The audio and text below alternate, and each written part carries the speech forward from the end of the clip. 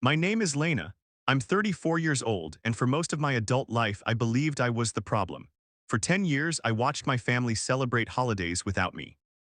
Thanksgiving tables crowded with people who shared my last name. Christmas mornings filled with matching pajamas and inside jokes. Birthdays, graduations, anniversaries. I knew about all of it because I saw it online. Instagram stories, Facebook albums, smiling faces, tagged locations, captions like family is everything. I was never tagged. At first, I assumed it was a mistake, a missed message, a forgotten invite, so I asked. My mother would say things like, "Oh, we didn't think you'd want to come." My brother would shrug.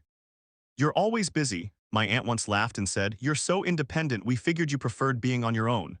I didn't prefer it, I endured it. One year, I drove 6 hours without telling anyone.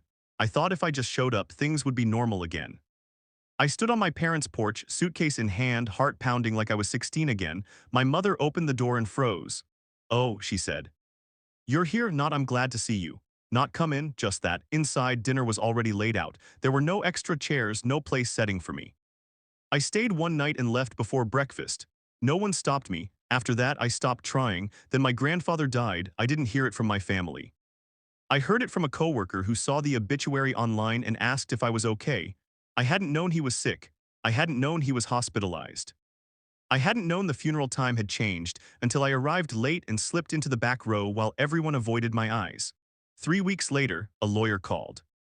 She said my grandfather had left something for me, not money, not a sentimental object, something bigger, something no one expected. He left me the house. The house.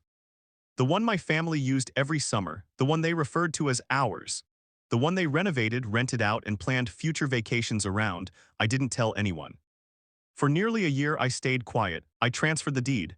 I paid the taxes. I learned every legal detail. I watched from a distance as my family continued using a house that was no longer theirs. I saved photos, messages, receipts, and then came Christmas. The same Christmas they'd spent a decade celebrating without me. This time they showed up with suitcases and gifts, laughing as they pulled into the driveway. I was already inside. When my mother's key didn't work, she frowned and tried again. Harder this time. I opened the door, the silence was instant. "What are you doing here?" she asked. "I live here," I said. She laughed, sharp and confused. "This isn't funny, it's not a joke." When the police officer stepped forward and confirmed my ownership, the energy shifted. Shock turned to anger. Anger turned to blame. They accused me of manipulation, of betrayal, of ruining Christmas. No one asked why they hadn't spoken to me in years. No one apologized for forgetting my existence. My brother said, "You could have handled this differently." I looked at him and said, "You could have invited me." That ended the conversation. They left one by one, dragging suitcases back to their cars, children confused, adults humiliated. My mother didn't say goodbye. That night I sat alone in the living room and cried. Not because I felt guilty, but because I finally understood something. I was never invisible. I was inconvenient. I reminded them of things they didn't want to face, choices they regretted.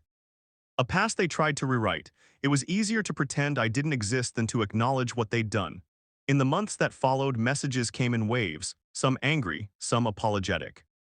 Most defensive, I didn't respond to all of them. I learned that closure doesn't come from explanations. It comes from boundaries. I kept the house. I made it mine. I invited people who chose me. Friends who showed up without needing reminders. Family I built, not inherited. I stopped waiting for my mother to change. I stopped explaining myself. And for the first time in my life, I felt peaceful. Not because I won, but because I finally stopped asking permission to exist.